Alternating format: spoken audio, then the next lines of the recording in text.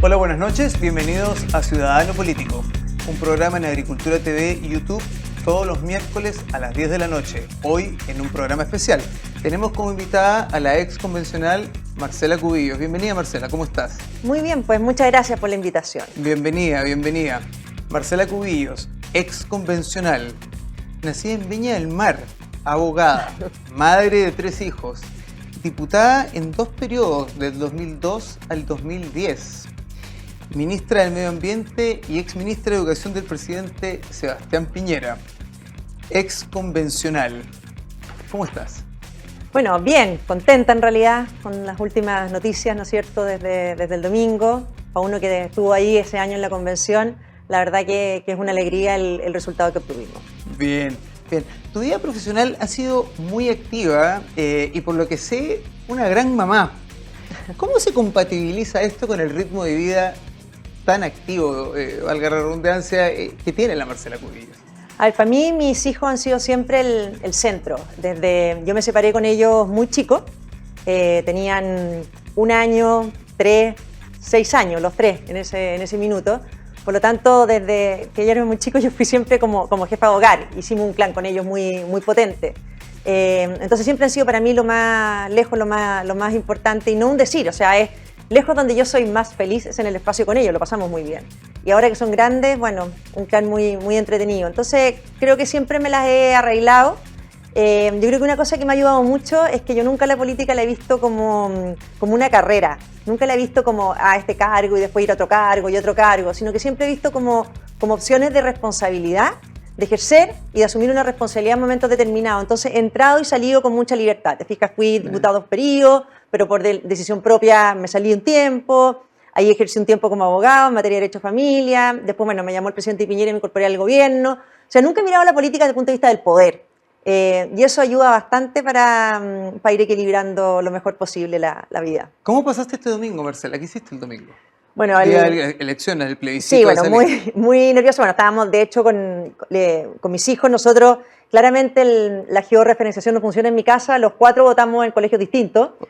Vivimos en el mismo domicilio y votamos los 4 en lugares distintos. Así es que nos organizamos y siempre nos acompañamos a votar unos a otros. Fueron todos juntos. Claro, y después me acompañan ellos a mí, nos fuimos entre todos. Y después, bueno, hay un asadito en la casa esperando, y cuando ya tuvimos los resultados, bueno, una alegría inmensa, y después tenía aquí un compromiso con Mega, bueno, y después a celebrar a donde estuvimos ahí. Andrés Alamán, tu marido, ustedes conviven, son 2 personas con la política en la sangre. ¿Cómo funciona esta convivencia? Porque me imagino que deben estar de acuerdo en muchas cosas, pero en algo de... En muchísimas no. ¿Ah? Sí, en muchísimas no también. A ver, nos conocimos así. El año 2006 yo era diputada y Andrés era senador. Yo llevaba 5 años separada y él también ya llevaba un par de años que se había separado. Nos conocimos ahí en el Congreso. Por lo tanto, nos conocimos ¿Se conocieron en el Congreso? Nos conocimos trabajando en el Congreso. Claro. Nos conocíamos de antes. Yo lo había conocido cuando era dirigente allí universitaria y él un político ahí admirado por todos en ese minuto, en los 90. Pero nos conocimos más en profundidad trabajando juntos en el Congreso. Por lo tanto, se nos da muy natural. Fue el lugar. ¿Tú eres mucho menor que él? Mucho. Mucho menor. No, pero no, eso nos da natural. Obviamente que muchas cosas estamos de acuerdo, compartimos una vocación, una pasión también y un compromiso con Chile, pero tenemos también mucha diferencia que nada, se manejan con humor y con convicción también. Se manejan. Sí, bien, eso es lo importante. Hoy el mundo político, después de los resultados del plebiscito del domingo, está viviendo una especie de reconfiguración, como que el mundo político está reacomodándose, sobre todo esta semana. Empieza a dejar, al parecer, esta polarización que existió por décadas del sí y el no, y la derecha y la izquierda. ¿Cómo ves tú los nuevos liderazgos que están surgiendo? Pongo como ejemplo quizás a Javier Macaya, a Jaime Belolio, a generaciones jóvenes, a la Luz Poblete, personas que al parecer han llegado a traer un poco de nuevos aires. ¿Cómo ves estos liderazgos? A ver, yo creo que es muy potente lo que está pasando, y no solamente desde el punto de vista generacional, porque también vimos, por ejemplo, a personas como Jimena Rincón y otros desde la centroizquierda cruzar también estas trincheras y atreverse a compartir una campaña y una posición con sectores a los que no sé, usualmente no se había trabajado en conjunto. Nosotros lo veíamos en la convención, por ejemplo, en que ni siquiera había voluntad para conversar con sectores de centro-derecha. Entonces, cuando se da una campaña como esta, en que nos damos cuenta que nos une algo en común y convergen sectores que tienen historias políticas distintas, creo que es muy esperanzador. Y es muy esperanzador para el proceso constituyente que viene. Porque uno, y esto es importante que la gente lo entienda, uno para hacer una constitución necesita umbrales de acuerdo menores que para gobernar juntos. O sea, a lo mejor no vamos a gobernar juntos con la izquierda o con la centroizquierda, van a tener ellos su programa político, nosotros el nuestro, pero para hacer una constitución te pones de acuerdo en ciertos mínimos comunes que están llamados a durar décadas y con el cual se va a poder gobernar con unas ideas u otras. Lo que aquí había pasado en la convención con este proyecto de izquierda más radical es que habían escrito un verdadero programa de gobierno en esta constitución. Entonces, yo creo que lo que pasó en que sin complejo se pudo converger personas, dirigentes, partidos, sectores que tienen historias políticas distintas, pero miramos el futuro con los mismos mínimos comunes, creo que es un giro y es muy esperanzador. Muy bien. ¿Y dónde se para la Marcela Cubillos en esta reconfiguración? Bueno, yo soy muy libre en realidad. Yo no milito hace 11 años. Milité muchos años en la UDI. Me salí cuando Andrés compitió en las primarias, porque ahí eran primarias del sector, Andrés iba por Renovación Nacional, hoy tenía otro candidato, me parecía que era como lógico dejar de militar, pero mantengo muy buenas relaciones humanas y de amistad, bueno, con la UDI y en general con todos los partidos de Chile Vamos. Transversales. Sí, en la convención trabajamos todos juntos. A mí me gusta muchísimo la libertad y ir en el fondo tomando posiciones que hoy día ayuden a que ojalá este proceso no se cometan los mismos errores, pero también quede muy instalado qué fue lo que la gente rechazó este domingo para que no tengamos un proceso en las mismas condiciones. Bien. Marcela, estamos con Marcela Cubillos en Ciudadano Político. Marcela, para que las personas que nos ven en casa entiendan, ¿qué nos jugamos en Chile el domingo 4 de septiembre en este plebiscito? ¿Por qué era tan grave que ganara el apruebo a tu punto de vista? A ver, para mí lo más grave que tenía el proyecto de Constitución, y se habla poco, pero quizás lo más grave es que era un concepto de democracia tremendamente debilitada, que la ponía en riesgo institucional, porque era un sistema político sin los contrapesos adecuados, centrado el poder en un Congreso unicameral plurinacional, en que quien obtuviera la mayoría la primera vez de ese Congreso unicameral plurinacional podía hacer y deshacer. Y a mucha gente te dice, bueno, pero eso es democrático, que tenga la mayoría haga lo que quiera. No, eso es lo opuesto a la democracia. La democracia consiste en que el que tiene el poder, que el que llega al poder, tiene controles, tiene contrapesos para no poder hacer lo que quiera y para no violar las libertades individuales de las personas. Entonces aquí lo que se estaba construyendo era un sistema que al final iba a poner en riesgo nuestra democracia, la alternancia en el poder, o solo se iba a poder gobernar con las ideas de esta izquierda más radical, porque cualquier otra idea iba a terminar siendo inconstitucional. Piensa que la forma de nombrar la justicia electoral se politizaba, la forma de ejercer el poder judicial se politizaba, la forma de nombrar al Ministerio Público, al Fiscal Nacional se politizaba. Entonces las instituciones se iban erosionando y por eso a mí me parecía que era tan fundamental que se rechazara y se hiciera un texto bien hecho. Esto, te entiendo, podría haber sido con cualquiera de las dos mayorías circunstanciales. Hubiese sido izquierda o hubiese sido derecha. Es igualmente grave para la democracia. Peligroso, es igualmente peligroso. Entonces, ellos, claro, pensaban que siempre iban a gobernar ellos, pero eso es tremendamente peligroso. Si da lo mismo que gobiernen ellos o gobierne otro. La democracia se tiene que centrar en controles, en pesos y contrapesos, como se llama, ¿no es cierto? Tú no puedes establecer, por ejemplo, un consejo de justicia que tenía minoría de jueces para nombrar y evaluar los jueces, porque al final empieza a politizar los jueces. Lo mismo pasaba con la justicia electoral, que funciona también en Chile. Entonces, si allá el servicio electoral también se iba a politizar, etcétera. Entonces, si la Contraloría se iba a nombrar por mayoría de esta... O sea, todo se empieza a eliminar el Senado. Fue una muy mala idea, esto de concentrar el poder. Porque las constituciones pueden servir para muchas cosas, pero lo que es la esencia de una constitución es que tiene que limitar el poder en resguardo del poder y la libertad de los ciudadanos. Y ese rol no lo cumplía el texto de la convención. Importante lo que dices. Fuiste convencional en un proceso histórico. Yo creo que lo más importante que debe haber pasado en Chile en los últimos 40 y 50 años.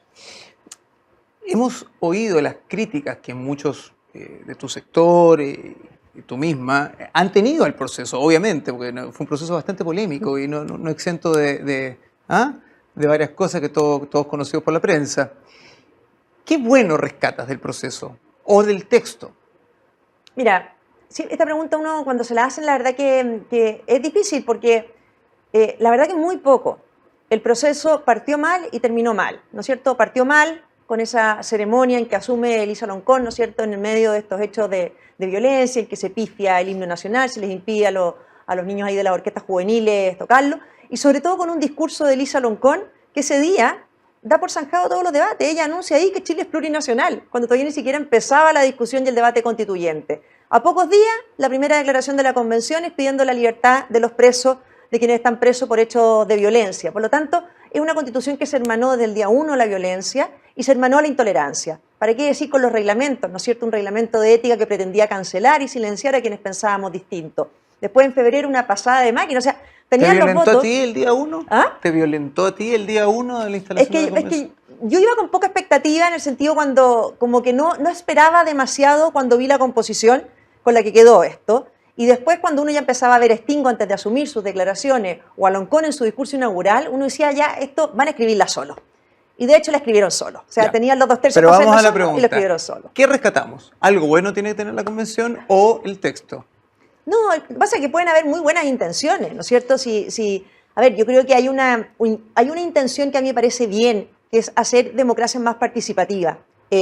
Pero se plasmó de manera equivocada en la Constitución y en el proceso se desechó, ¿no es cierto? Cuando se abre esta capacidad para juntar firmas para iniciativas populares ciudadanas, gran idea, pero las rechazaron todas, o sea, no las acogen a trámite. ¿Te refieres a estas iniciativas que juntaban 50.000 firmas? Exacto, exacto. Entonces, a mí me pareció que eso era una muy buena idea del proceso, abrir esto a iniciativas populares ciudadanas, pero lo lógico es que después entonces las acogieras a tramitación o le dieras un espacio. ¿Acogieron alguna? Las rechazaron todas de plano, o alguna, no sé si alguna pasó, pero todas las rechazaban de plano. Entonces, eso también, una buena idea, una buena intención de participación, termina después siendo plasmado de mala manera. Lo mismo con el texto. A mí me gusta una Constitución que proteja de mejor manera el medio ambiente. La actual se ha quedado atrás, pero la forma en que lo hacen es lleno de consignas añejas que se oponen al desarrollo económico y que además no garantizan el cuidado ambiental. Entonces, no bastan las intenciones cuando se construye un texto constitucional. Bien, te entiendo. Dados los resultados, Domingo, que fueron tan contundentes, yo creo que pocos esperaban de que el resultado fuese 62-38 aproximadamente por ciento, impactante. ¿Cambia en eso tu opinión a el proceso que hay que iniciar ahora? ¿Cómo ves este acuerdo en el que está involucrado Chile Vamos para ver si se inicia un proceso, cómo se inicia, cuándo se inicia? ¿Cambió en algo tu opinión cuando fue un triunfo del rechazo tan apabullante? Primero, yo siempre lo he dicho y lo sigo sosteniendo. Nosotros tenemos una constitución, tenemos un problema constituyente, por eso ha partido todo esto. Una constitución que para bien o mal igual sigue siendo cuestionada, divide por su origen, por lo que sea, y por eso siempre nos comprometimos a hacer una nueva constitución bien hecha y que nos uniera. Y eso es independiente del resultado. ¿Qué es lo que implica el resultado? Perdón, ¿tú estás entonces a favor de un nuevo proceso constituyente? A favor de siempre. un nuevo proceso, una nueva constitución. Sí, siempre he estado. Perfecto. O sea, siempre he estado desde que fue el plebiscito de entrada, ¿no es cierto? Yo era partidaria del rechazo en el plebiscito de entrada, pero desde el momento que el 80% de los que votaron ahí dijeron una nueva constitución, hay que hacer una nueva constitución. Y a mí eso me parece que es lógico, no solamente por el resultado de ese plebiscito, sino que porque políticamente no podemos seguir en un debate constituyente para siempre. O sea, hay que hacer una que genere un consenso grande, que nos une y que zanje el debate constituyente. Ahora, el resultado es importante por una cosa fundamental. Yo creo que aquí hay una derrota maciza y contundente a un contenido de un proyecto político de izquierda refundacional, que era lo que estaba plasmado en este texto constitucional. Y eso hay que tenerlo muy claro cuando se elabora la nueva Constitución, ¿no es cierto? Aquí hay chilenos que rechazaron lo que eran los ejes de ese proyecto. La plurinacionalidad, sistemas jurídicos distintos para indígenas y no indígenas, una Constitución que le quitaba herramientas al Estado para enfrentar la violencia, que violaba la igualdad ante la ley con privilegios para determinadas personas, en razones de su etnia, que eliminaba los controles al poder político, etcétera, que fragmentaba el país, ¿no es cierto?, con estas autonomías regionales que, lejos de descentralizar, generaban una burocracia imposible de administrar. Entonces, yo creo que hay que tener muy claro para el proceso que viene que aquí la gente, mayoritariamente y de manera contundente, rechazó los ejes de ese proyecto político izquierda radical refundacional que se plasmó en el texto. ¿Qué es lo que no puede faltar en esta nueva Constitución, Marcela?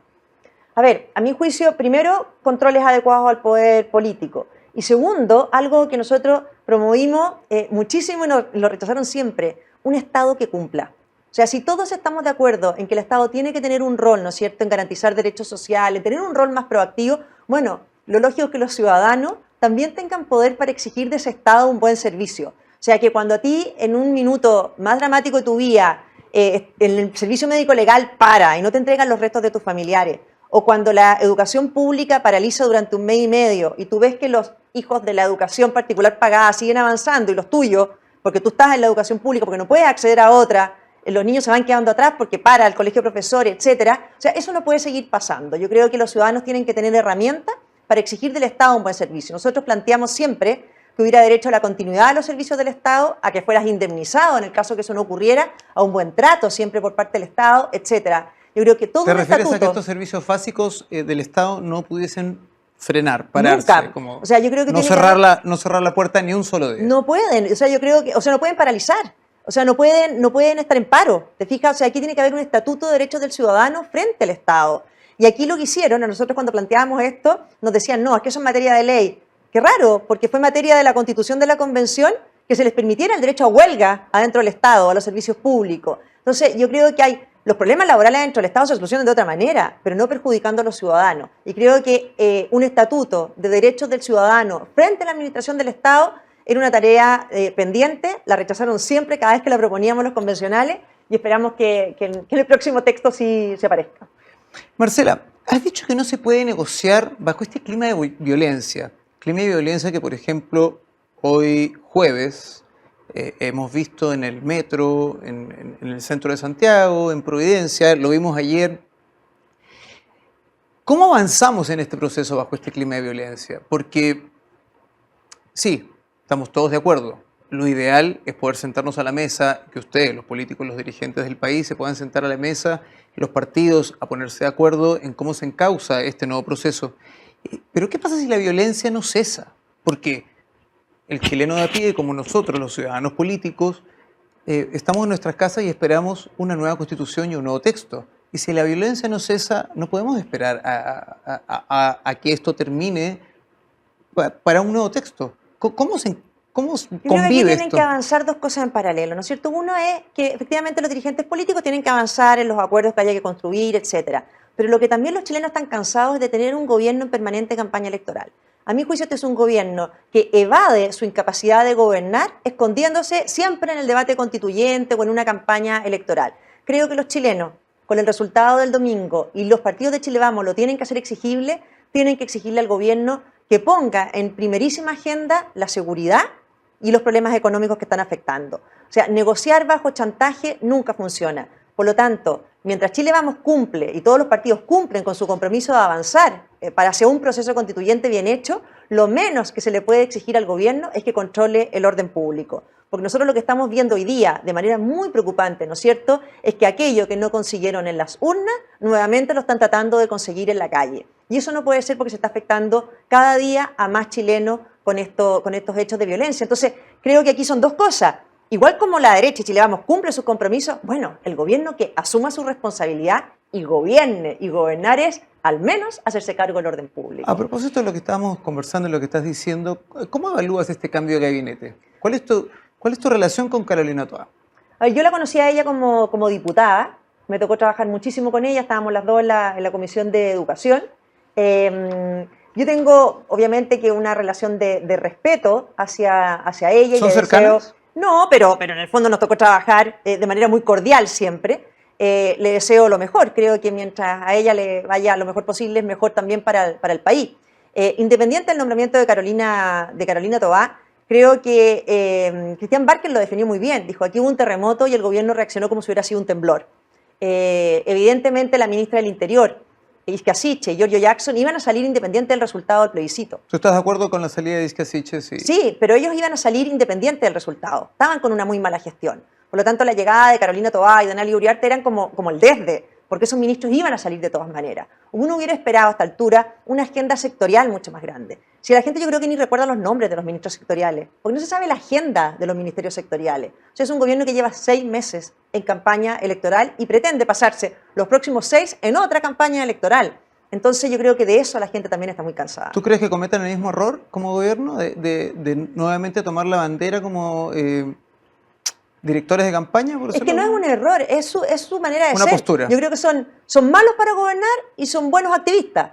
Entonces siempre van a llevar el tema político a estar de activistas políticos. Porque Son son malos mejores, para gobernar sí, pues son mejores para eso. ¿Te y, fijas? y buenos Les activistas. sale más natural el activismo político que el gobernar. ¿Algún consejo que le darías tú en base a tu experiencia a la Carolina Toá como nueva ministra del Interior? Está enfrentando un escenario complejo, digámoslo. No, ¿quién es uno para dar consejos? Cada uno ha enfrentado los ministerios con muchas dificultades, por lo tanto, lo último que yo haría sería dar consejos. Yo creo que ella tiene capacidad, tiene carácter. Lo que pasa es que el problema que tiene ella es que está dentro de un gobierno que no cree en el control de la violencia o en enfrentar la violencia con las herramientas del Estado de Derecho. Entonces, cuando uno ve que no son capaces, ¿no es cierto?, de aplicar el estado de excepción de emergencia como se tiene que aplicar o de enfrentar la violencia como hay que hacerlo. Y hoy día apareció por ahí en redes sociales un video cuando el actual presidente, ¿no es cierto?, validaba las evasiones en el metro. Entonces, ella tiene una dificultad grande porque está dentro de una coalición y dentro de un gobierno que ha validado la violencia como un método de acción política. Entonces, que ahora te toque hacerte cargo de la violencia, ahí es donde tienen una contradicción vital que no sé cómo la van a resolver. ¿Tú crees que la sangre de exconcertación o un poco más de una izquierda, un poco más moderada, traiga mejores aires a este clima? Pero es que no veo que haya llegado eso, ¿te fijas? O sea, dos nombres no hacen eso. Y de hecho Carolina Toá era la vocera de la Apruebo, en contra, ¿no es cierto?, de posturas mucho más moderadas de la izquierda que estaban por rechazar este texto. Entonces, no siento que dos nombres permitan decir que eso es lo que ha ocurrido, sobre todo cuando el Partido Comunista tiene un rol tan importante adentro del gobierno hoy día. Yo creo que es historia en desarrollo. Historia en desarrollo. Por lo que acabas de decir, ¿tú crees que el Partido Comunista pierde al menos un poco de espacio o un poco de influencia en el poder con este resultado? Y, por cierto, con el chascarro del subsecretario del Interior al que no pudieron instalar, Cataldo. Es que ahora vi que lo acaban de instalar en la Subdere, en la otra subsecretaría, ¿no es cierto?, de Desarrollo Regional, En Roques. claro, entonces al final nadie pierde, o el Partido Comunista nunca pierde. Son parte de la coalición de gobierno, ellos ya están en el poder. Por lo tanto, en ese sentido no pierde. Yo creo que aquí lo más importante, nosotros como Chile Vamos no podemos pautear qué nombramiento hace el gobierno, es pega de ellos. Obvio. Pero sí nosotros podemos instalar muy claro qué fue lo que se rechazó el domingo y tratar de representar a esos millones de chilenos que están descontentos con esta forma de gobernar y con este proyecto de izquierda de refundación de un país. Si tú estuvieras sentada con el presidente Boric, a solas, muy en confianza, con una copa de vino, ¿qué esperarías de él en esta, él mismo lo llamó segunda etapa de su gobierno, pronta, pero segunda etapa de su gobierno? Que dejaran la arrogancia que tanto caracteriza a la coalición que él integra y que desgraciadamente él desde el domingo ha demostrado que la tiene muy internalizada. O sea, cuando él habla de que ni un paso atrás o que casi el problema que tienen los chilenos es que no son capaces de ver lo adelantados que van ellos y que por eso votan en contra, creo que es seguir sin entender. A mí me da risa los que más hablan, ¿no es cierto?, de la calle, de la gente, creo que les falta mucha calle, que vayan a escuchar y que entiendan por qué la gente los rechazó. ¿No te gustó su discurso del domingo en la noche? No, creo que no hay ninguna autocrítica en el discurso de él. Reconocer la derrota es el desdén en cualquier democracia. ¿Qué queda? Sí, obviamente que tiene que reconocer la derrota, pero no hay nada que uno lo haga asumir que entiende qué fue lo derrotado. ¿A quién le dijo que no la gente? Te apuesto que eso no lo dice. Y después dice, ni un paso atrás, y después dice algo peor, ayer o anteayer, no sé, cuando dice, es que es los que vamos muy adelantados, o sea, casi como que la gente no ha logrado entender la visión que tienen ellos. Entonces yo creo que esa misma arrogancia que llevó a Giorgio Jackson a decir que eran moralmente superiores que todo el resto, la tienen en su ADN, y eso es un buen problema para gobernar eso. Estamos con Marcela Cubillos en Ciudadano Político. Marcela, para ti, ¿cómo debe seguir este proceso? Hay muchas opciones en la mesa y que entiendo yo se están conversando y se están debatiendo y negociando entre los partidos, el gobierno, y es un periodo de reflexión, me imagino yo, nos estamos jugando el futuro del país. Para Marcela Cubillos, ¿cómo sería la figura ideal y cuál sería el proceso? Al primero, en lo formal, con pausa, yo creo. O sea, aquí no hay que apurarse. Yo creo que el ejemplo que tenemos de un acuerdo hecho a la rápida y bajo chantaje a la violencia fue el del noviembre del 2019, que dejó muchos errores o vacíos en el acuerdo que se construyó. Por lo tanto, yo creo que aquí hay que poner una pausa para no cometer los mismos errores. Y a mi juicio están todas las opciones abiertas. O sea, aquí como que algunos parten de la base que tiene que ser convención o convención. Y otros dicen, bueno, pero ¿por qué el Congreso renuncia a sus facultades? ¿Por qué no una mezcla entre comisión de expertos o convención de expertos y Congreso, etcétera? Yo lo único que tengo claro es que esto tiene que tener, ¿no es cierto?, un plebiscito de salida que legitime esto. Incluso habría que pensar si ese plebiscito de salida debiera tener un quórum más alto de aprobación, para que efectivamente fuerce un texto en que ojalá el 80% de los chilenos esté de acuerdo o sienta que cabe ahí.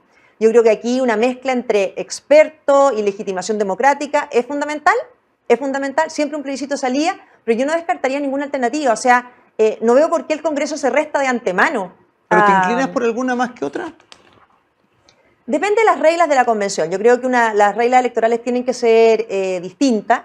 Creo que lo de los escaños reservados tiene que revisarse. No pueden llegar personas con tan poca votación y en que además hablaban por pueblos que nunca les preguntaron y que después cuando se les preguntó en el plebiscito salía votaron en contra de lo que sus supuestos representantes habían defendido al interior de la convención. Pero en definitiva estarías por una nueva convención, en un sistema quizá mixto. Yo creo que siendo realista es lo que va a terminar. Ojalá la forma de elegirse permita estas listas cerradas que se han hablado, que la ventaja que tiene estas listas cerradas es que personas que son muy capaces, pero que no tienen voto, pueden llegar a esa convención. O sea, por ejemplo, en la convención pasada se postularon muy buenos abogados de la democracia cristiana, como era Jorge Correa Sutil, Patricio Zapata, etcétera. Bueno, pero no tenían voto y no llegaron a participar en la convención y hubieran sido un muy buen aporte. Entonces yo creo que hay que evaluar que aquí lo que se está haciendo es una convención, se está redactando una constitución y yo creo que la gente quiere la propia mamá del presidente Boric, lo dijo, ¿no es cierto?, que pensaba que sabían más o que eran más expertos. Yo creo que se requiere esa mezcla entre legitimación democrática, pero también experto. ¿De qué manera se equilibra? Habrá que verlo y con un plebiscito de salida, pero que ese plebiscito necesitamos, o sea, si aquí hubiera ganado la apruebo por apenas el 50% más uno, no hubiéramos solucionado el problema constituyente, hubiéramos tenido una constitución que nos seguía dividiendo. Entonces, ese texto tiene que tener una aprobación muy masiva de salida. Bien, es importante escucharlo de dirigentes como tú, influyentes, que están al día, porque una de las cosas que lamentablemente se decía en los medios y se decía en las redes sociales, era que si ganaba el rechazo, nadie iba a estar de acuerdo con avanzar en un nuevo proceso constituyente. Entonces es importante lo que acabas de decir, que un proceso constituyente es el que debe venir y ojalá tener una nueva constitución en un año plazo. Así es, yo creo que tal como eso no está descontado, lo que sí tiene que ser al mismo tiempo muy firme Chile Vamos y todos los partidos es en exigirle al gobierno que de una vez por todas empiece a gobernar. Bien, vamos al último bloque, vamos cerrando el programa con la Marcela Cubillos. Este es un bloque de preguntas y respuestas cortas, Marcela. Aquí me voy. Ya. Vamos. ¿Qué nota le pondrías al gobierno del presidente Boric? Rojo. Nota. No, un 2, pues si lo ha hecho muy mal. Un 2. Sí. Wow. Bien. Chascarro político de la Marcela Cubillos. Chascarros políticos. Que me acuerde. Yo creo que varios he tenido, pues, pero no sé si me acuerdo. El peor. El peor. Que no sé, lo he pasado grandes vergüenzas así como de bochorno. No Ningún micrófono abierto. ¿Ah? Ningún micrófono abierto. Sin palco. No he tenido micrófono abierto. Soy bastante cuidadosa en eso. Bien. No, son accidentes. No. Peor y mejor constituyente. A ver, para mí la mejor constituyente fue Rocío Cantuaria. Creo que mujer, abogada, preparada, muy estudiosa, muy trabajadora y muy valiente. Peor constituyente, para mí, Elisa Loncón. Creo que le hizo muchísimo daño su presidencia a la convención. Bien. Marcela Cubillos, ¿100% natural? Sí, pues imagínate lo arruga que estoy y todo. Sí, está estupenda. No. Sí, pero más que nada porque le tengo pánico a cualquier cosa. O sea, me encanta la gente que queda súper bien cuando se arregla, pero yo no, me muero miedo. Un error que no debe cometer la derecha y la centro derecha en este nuevo proceso. Negociar apresuradamente, ni bajo presión. Bien. Un error que no debe cometer el gobierno en este nuevo proceso. La arrogancia de querer imponer su visión, sino que tienen que ser capaces de buscar puntos de convergencia. Marcela Cubillos, ¿presidenta 2025? No. ¿De ninguna manera, de plano? De ninguna manera, como te dije, yo nunca miro la política como una carrera, o sea, entro y salgo ocupando... A mí me gusta más la política que el poder y soy de esos políticos que prefiere cumplir un rol útil, en el sentido de que, no sé, pues, uno siempre compara esa típica frase, ¿no es cierto?, entre los que desembarcan en Normandía no son los mismos que desfilan en París. Bueno, yo soy siempre la de que desembarco en Normandía, me gusta esa pega ahí para que otros sean los que desfilen después. Muy bien. Marcela, muchas gracias por habernos acompañado hoy día. Gracias por haber estado y habernos seguido en Ciudadano Político. Estamos todos los miércoles a las 10 de la noche en Agricultura TV y en nuestras redes en YouTube. Hoy fue un programa especial. Marcela, una vez más, muchas gracias por acompañarnos. No, gracias a ti. Que estés muy bien.